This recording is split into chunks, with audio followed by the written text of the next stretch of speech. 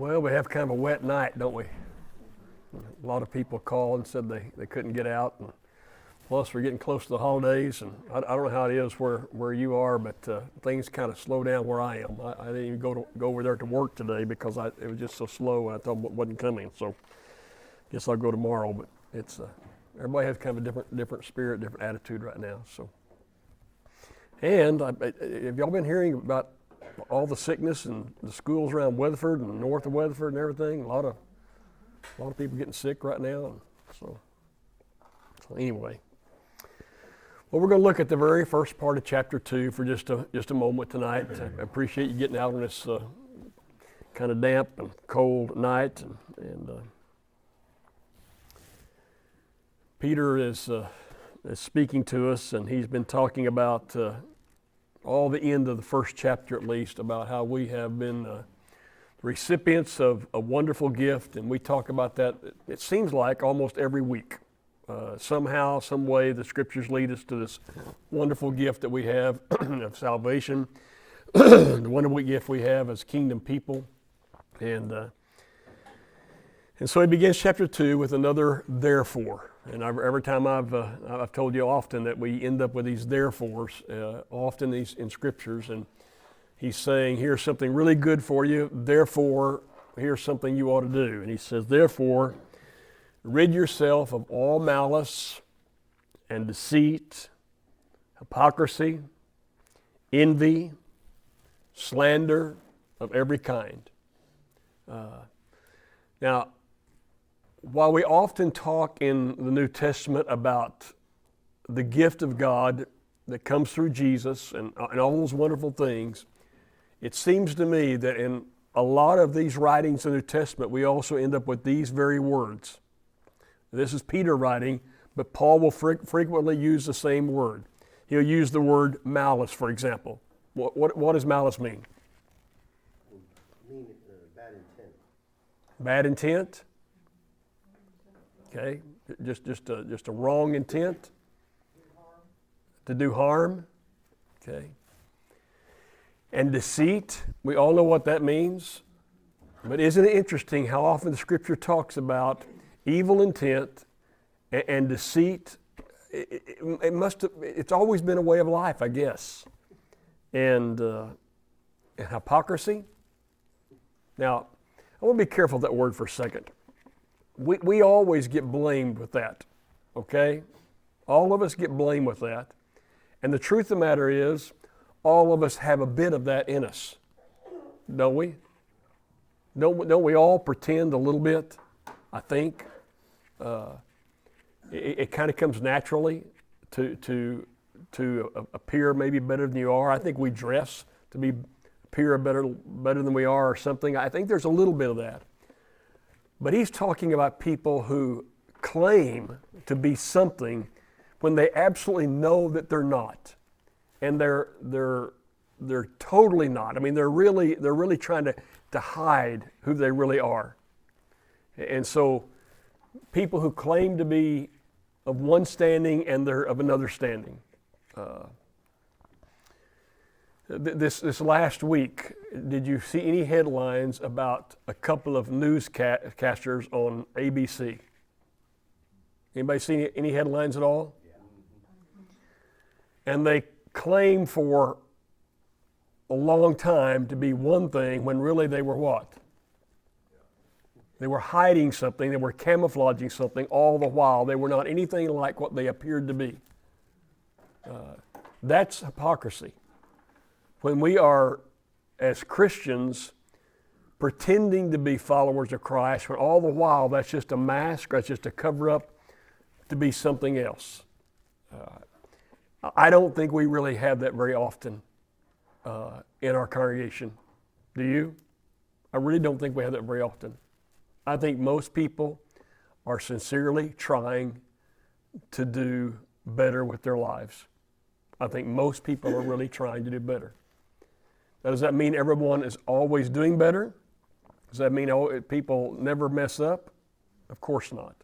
But I think generally speaking, I don't see much of that right now. Envy is a product of selfishness. and there's some of that. Slander of every kind. That's just so common. I mean, I do it sometimes without even thinking about it. It just kind of comes out.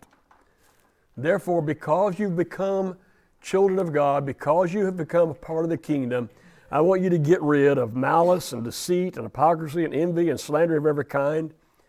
And now what I want you to do is, like a newborn babe, I'd like for you to crave pure spiritual milk, so that by it you may grow up in your salvation. Now that is one of my favorite concepts, and it's one of my most intriguing concepts as I look out across an audience.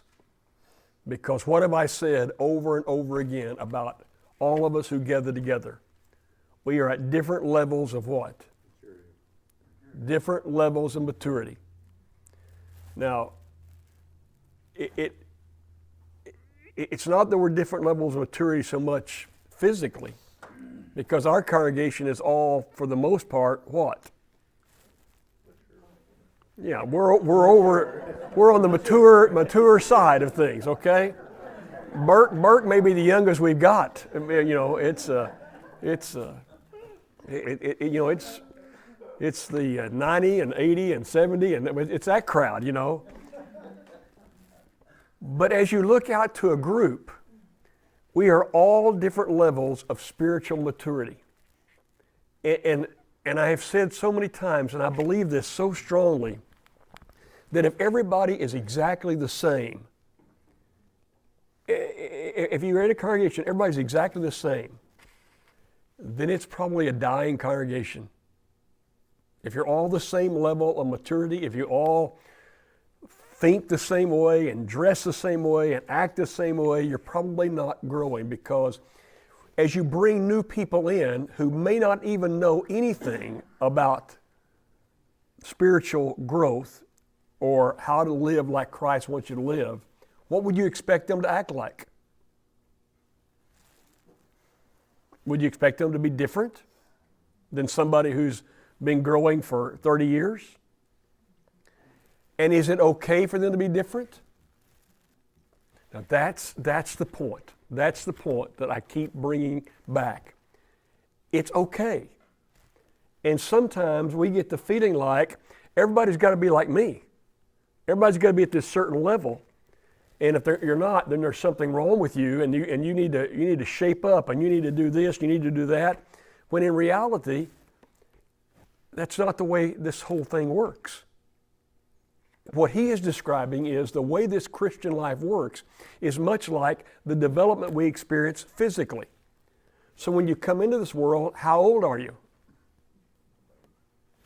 Well, you're 1 day, and you're 2 days, and you're so many years. And a moment ago, Ken was talking to Donnie, and I was kind of listening to most of it, but talking about this wreck of these two really young girls, a 15-year-old girl driving, and the police were chasing at over 120 miles an hour all the way from Cordell to Sayre. And we were talking about why. Why would anybody drive like that? And why? And the police didn't know who they were chasing. They just know it's a wild car. And Donnie made this astute comment that said, yeah, but she was only 15 years old. What do you expect? We call them kids for a reason. They think like a kid, they act like a kid. And sometimes they appear to do some things that are really, really dumb. And I thought, wow, that's exactly what we're talking about tonight. I mean, so as you grow, you got some people that are so new. And you got some people that are the 20 years old spiritually. And you got some people that are the 30-year-old spiritually. And you got some people that are 90-year-old spiritually. And you may have some people who are 90 years old who are 10 years old spiritually. Isn't that interesting? Because how old you are in the body makes no difference how old you are spiritually or how mature you are. And so Peter comes along and he says, you ought to make it a part of your ambition to really desire the sincere milk of this word so that you may grow. Now, Does anyone like growth? Do you like to grow? Painful. It can be painful. It can be painful. But I have always enjoyed growing. I've always enjoyed learning something. I've always enjoyed getting another little piece of knowledge or something. Not that I'm a great student, but I just like it. If I learn something new. That I promise you that's the reason why I like to teach through books of material, because I feel like I'm growing. I feel like I'm learning something every week. This week I started off looking at the passage that was ahead of me, and I thought, there's no way I can make a lesson out of that. Well, I'm kind of excited about the lesson now. I mean, it's not a great lesson, but I'm kind of excited about it. But I know that the end of the year is coming, and we got another week after this one, then they got Christmas morning. I'm looking ahead at that material and thinking, oh no, that's really hard. What in the world am I going to say about that? And that's why I'm trying to talk Corbin into preaching one of those Sundays, because But I like to grow. In fact, the old statement is, if you stop growing, you what? You die. You're falling behind. I'm going to do a workshop next Friday, a week from Friday, to a really large company. And I don't want to go do it. I don't want any part of it. I dread it. I got to spend 4 hours in front of this group. And but I know in doing it, it'll do what to me? I think it will help me get a little sharper and a little better. I think it'll help me grow. At least if it should. If it doesn't, I'm in trouble. Okay, but of course, he warns about stainless milk later on. Well, yeah. I mean, but the book of Hebrews is where you get warned about staying in one spot. But his emphasis right here is that you may grow up in your salvation. You know, you have, and this growth is not. Well, I can grow physically from 5 to 10 to 15 and not do anything. Do you know that? I'll get a little bit taller. I'll get a little bit stronger. But I'm telling you, I don't mature emotionally, and I don't mature in my habits in this life without some effort and without some discipline. And I don't mature at all spiritually unless I give some effort to it. And that's exactly what he's saying.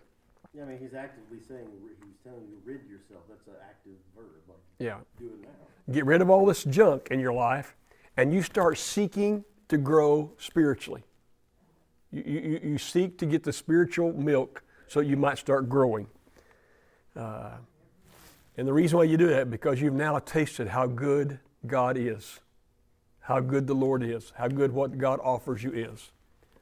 And when you get a taste of how wonderful life can be and how abundant it can be, you ought to pursue it more and more. And I know what you're thinking, because it's what I'm thinking. I think I don't do that so well either at times. Why don't I? Well, I get a little bit lazy for one thing. And secondly, I have all this world's influence on me that draws me into other pursuits and other thoughts and other directions. And I can let this go for a long time. I can leave this on a shelf for a long time. Or I can go for hours and not think about the spiritual life. So, brief, quick lesson tonight where he just says, here's the way it's supposed to work in the kingdom of God. You got to remember who you are. Everybody got that? Oh, I mean, I promise you, in this world, we don't put much focus on who we are. It's what we do and what we have that we put most of the focus on in this world. Everybody see that? How long are you with a person until you ask them, what do you what? what do you do? And it's not long before you're talking about what we have. Yeah. But the real issue is who you are. And once you know who you are and how wonderful it is to be in the kingdom, you keep ridding yourself of this stuff in the world that God doesn't want in our lives. You keep trying to grow spiritually. And that's what we do. I don't think you grow just by one thing. I don't think coming on a Wednesday night necessarily makes you grow. It's just a piece of it. I think what we do on Sunday morning, hopefully it makes it grow, but it's only a piece of it. It's a complex system. It's relationships. It's friends. It's encouragement from people. It's study. It's reading good things.